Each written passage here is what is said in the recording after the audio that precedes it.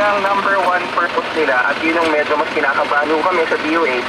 Pag dumating si the big one, yung lindol, no? Ano ba naman yan? Kagabi meron na naman magnitude 6 sa Bogo, Cebu. So, dapat mag-ingat na tayo at I think ginagawa po ng DepEd ito para yung structural inspection, para tignan yung mga eskwelahan, lalo na sa NCR. Doon ako mas kinakabahan, doon mas kinakabahan ng DOH Melo dahil dapat sigurado tayo na alam natin ang gagawin bago mag-lindol, pag may lindol at pagkatapos at kasama na rin yung inspection, sinabay lang yung sanitation.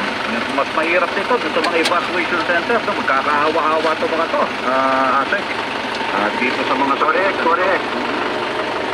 Yes, so actually, yung ating precautions yung pagsuot ng mask or yung pagbugas ng kamay, managing po yan, lalo na sa ating mga evacuation centers, doon po sa mga natamaan ng lindol sa Cebu, sa Bogon, Cebu, saka yung po sa Manay, Davao Oriental. Yan po yung mga kailangan natin tandaan.